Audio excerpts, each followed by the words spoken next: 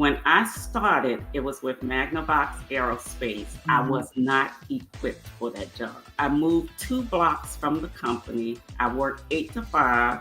I went home. I came back at 7 when no one else was there. And that taught me, Theresa, you can do this.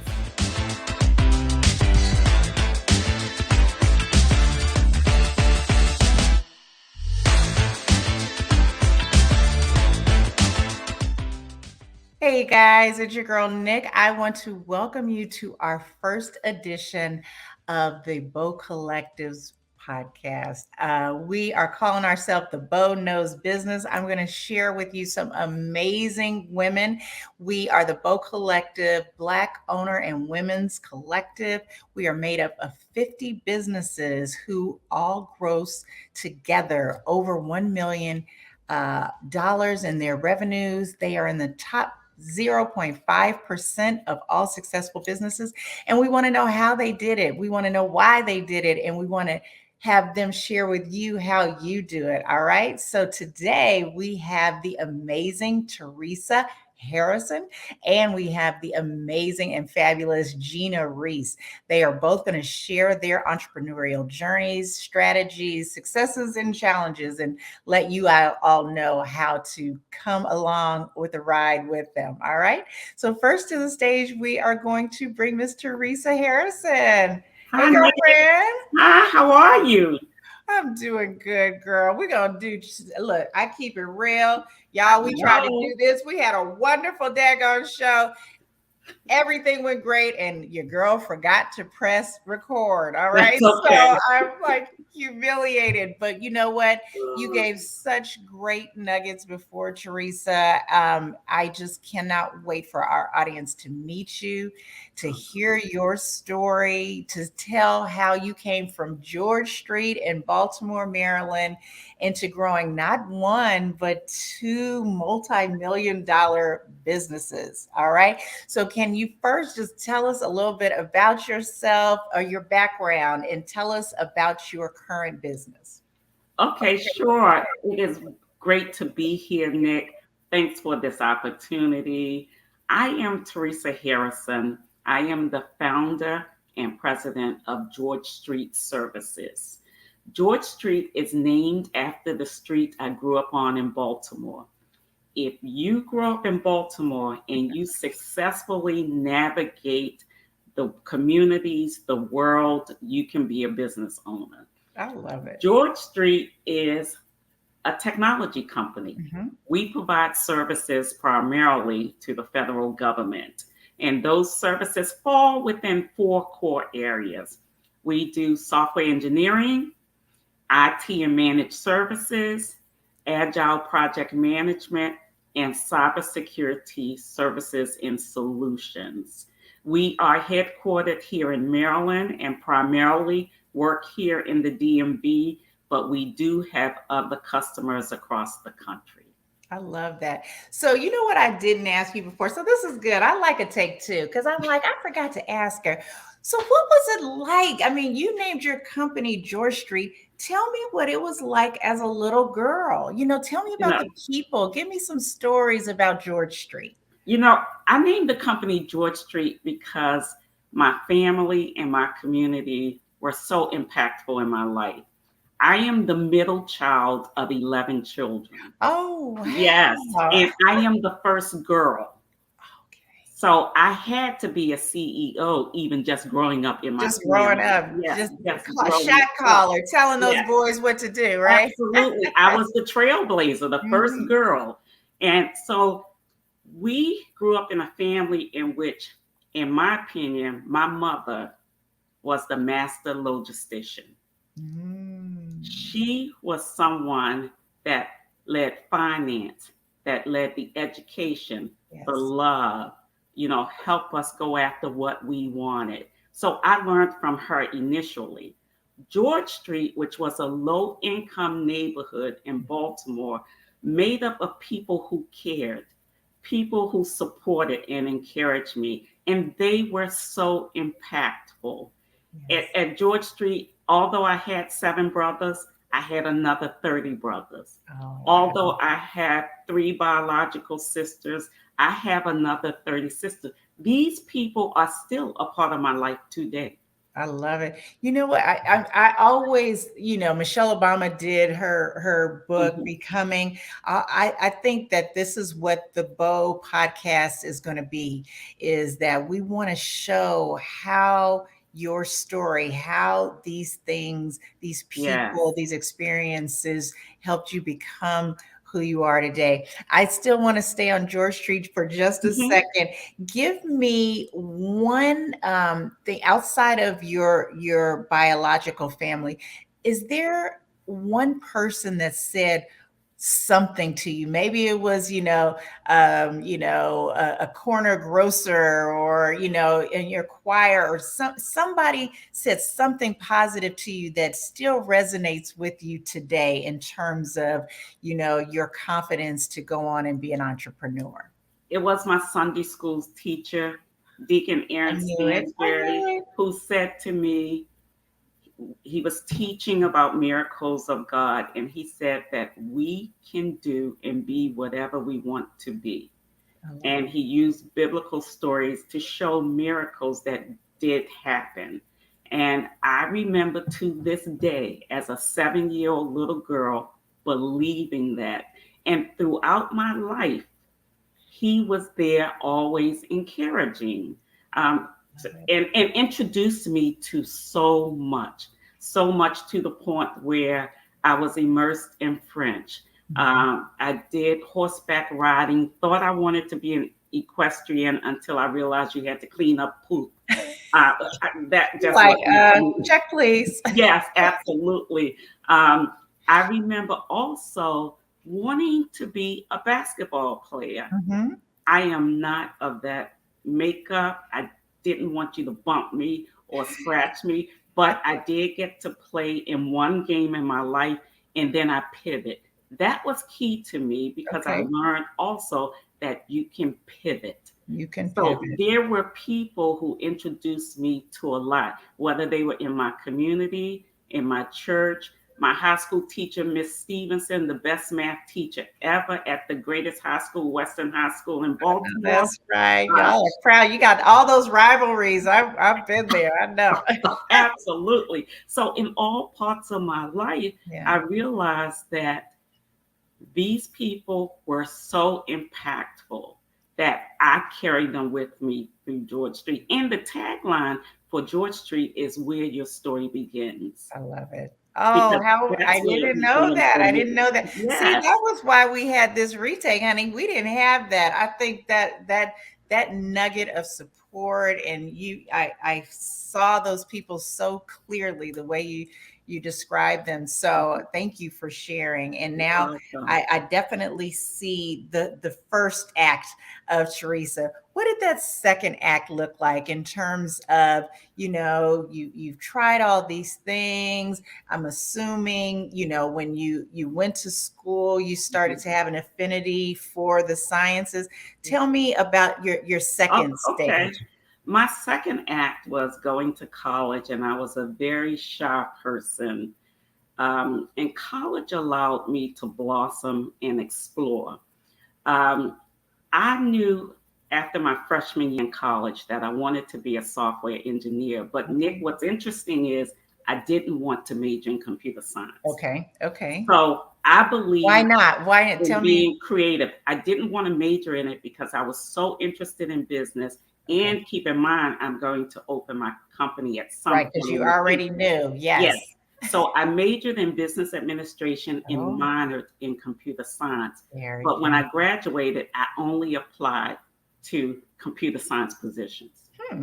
Of course, I got 100 rejections until I got the one. And And I all you need knew is if that I got one. that interview, I got the job, and I got the job. But what's interesting, and this ties to business, is when I started, it was with Magnavox Aerospace Hmm.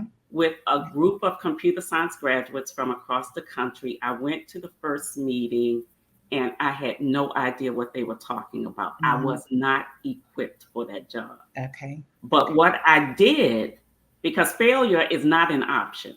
Failure is not an option. What I did was I moved 2 blocks from the company. I worked 8 to 5. I went home. I came back at 7 when no one else was Yes, there. sir. And I worked 7 to 11, Monday through Thursday, until I got up to speed. And that taught me, Wow, Theresa, you can do this. you That's can what the do it. Sunday school teacher I said. know that's right. But your lens is dope. I mean, it's just dope. You knew, hey, I'm going to own a business. It's two, I am going to own it in this practice area. Yes. And then, the way that it was like a nice orchestration that, okay, Hmm. let me get it, let me learn it. Hello. All right. Hmm. So you were like, no pivoting there. Let me practice. Let me learn Absolutely. my craft. Let me Yes. get up to speed. I mean, I think that is huge Hmm. and a nugget that all of Yes. our viewers who want to just jump out and be an entrepreneur, like you got to perfect your craft. You have Yes. to know the underlying skill sets Hmm. required to Hmm. run the business. I love it. Hmm. All right, so now we're chapter 2. We see where this story is going. What's that third The chapter where third you get into chapter entrepreneurship? was that I had a successful career as a software engineer, a storage engineer, and other disciplines, and worked with, I'm sorry, No. wonderful companies. Mm-hmm. But I got to the point in which there was no place for me to go unless I left. Mm-hmm. So I decided, along with That's a two, quotable quote, girl. There was nowhere else for me to go unless I left. I yes, mean, that is a word. yes. So I left and I started a Phoenix LLC with 2 partners. Mm-hmm. And we left on a Friday, started on Monday, and we got our first contract within 2 weeks. And that was based on us leveraging our technical I capabilities. got it. I got it. So We this just didn't jump out there. You didn't jump out. So now, okay, now we're in the business nuggets. Now we know how you became. We know that you went with partners Yes. versus solo. We know that you had a bed of technical experience that you felt very grounded in. The contract, that is usually, the hardest part. You got a lot of people, especially we're here in the DMV area, that are great contract specialists inside of departments, but they don't want to make that leap because they don't know how to market. Tell us how you landed, real specifics, that first contract, Theresa. I got the first contract via the customer I've been working with for over 5 years. Yes. So I leveraged the relationship I had developed and I leveraged the skill sets I had obtained over time. And that customer gave us a contract 2 weeks after we opened the company. I have trained, counseled, and coached over 200 businesses. And that is if I had to put together ingredients for a successful launch, it is that model, Hmm. which is you have had a number of years of experience doing a thing, particularly in the federal or state Hmm. government space, and then you find a customer that you're already working with. Show them, hey, I can give you what you're already getting, probably at a reduce. You give them some kind of price break. Hmm. They don't have the overhead, et cetera, Hmm. maybe, Hmm. and you go with that. I Yep, think that's the safest model, right? it is. Because you're already doing the work. Mhm. They're already happy, and you're providing them a new solution that may have some cost benefits.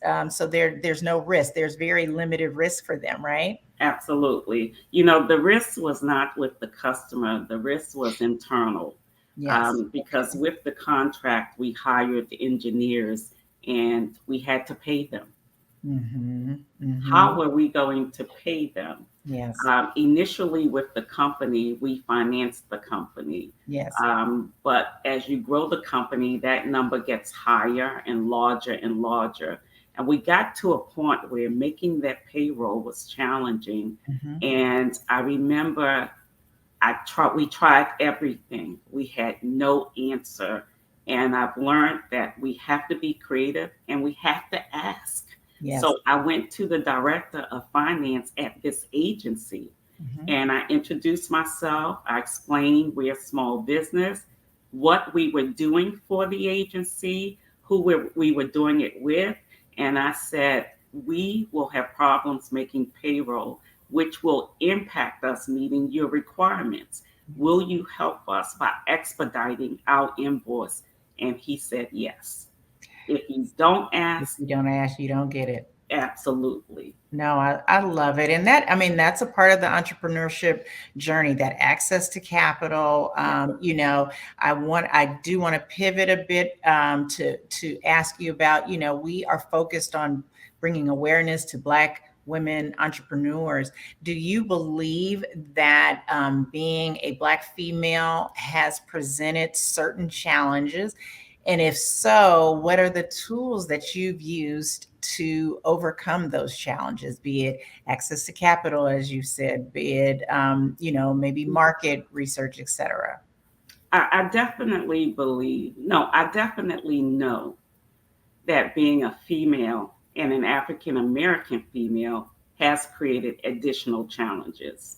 There's challenges to being a business owner, but the additional challenges are one, we are not invited to the inner circles Mm-hmm. where there are groups, there are organizations that we're all members of, but there's also normally another circle within that we are not. Another challenge is it does get lonely Mm-hmm. because many times you're in settings, you want a partner, you want to network, and you see it happening around you, Yes. but not necessarily with you. Yes. Another challenge is getting access to capital. As you know, African American women are starting more businesses than any other population of people. Yet, we have the highest percentage of declines Yes. for capital. And why is that? How can someone of a similar ilk get the go ahead and we don't? Yes. And it is a lot more legwork that is needed and done to get to the yes. I agree.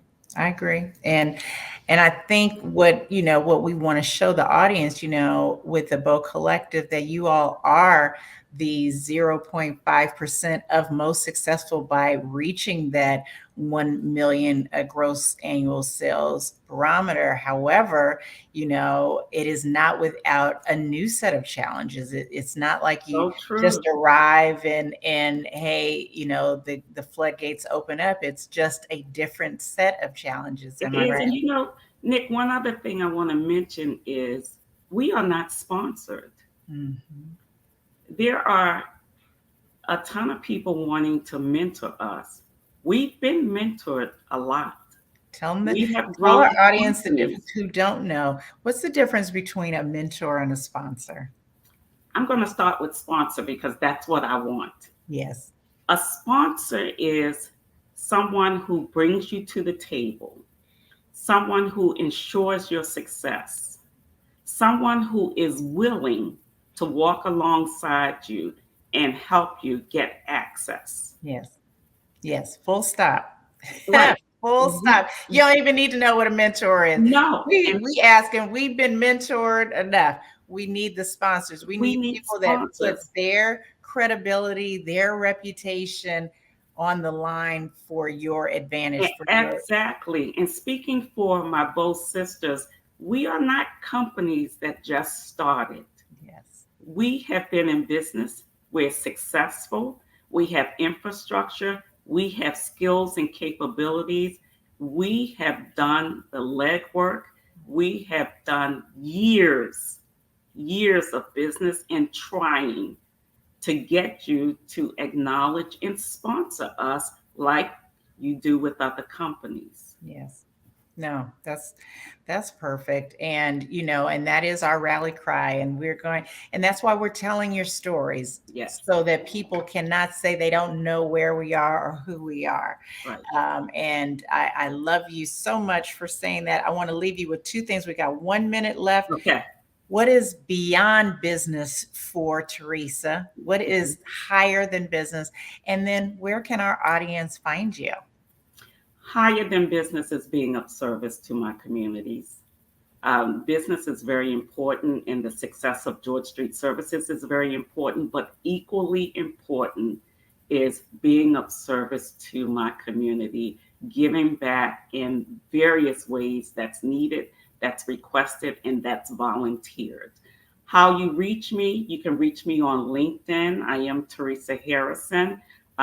Two websites, thgives.com, or George Street Services Inc. No, GeorgeStreetInc.com. George Street Inc. Yeah, George Street Inc. TH Gives, George Street Inc. And I'm Theresa Harrison via LinkedIn.